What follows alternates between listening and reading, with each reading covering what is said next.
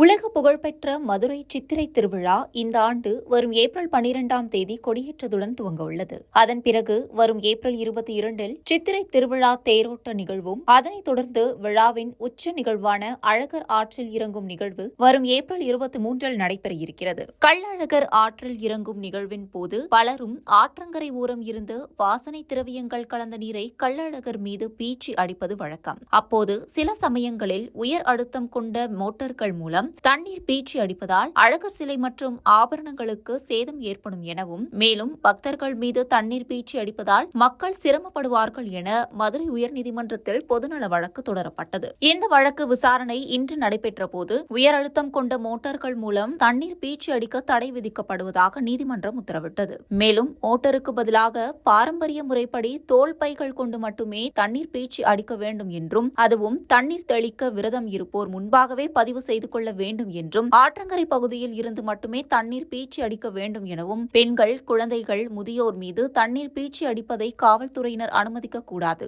உத்தரவை வரும் காலங்களிலும் முறையாக பின்பற்ற வேண்டும் என மதுரை உயர்நீதிமன்றம் உத்தரவு பிறப்பித்துள்ளது.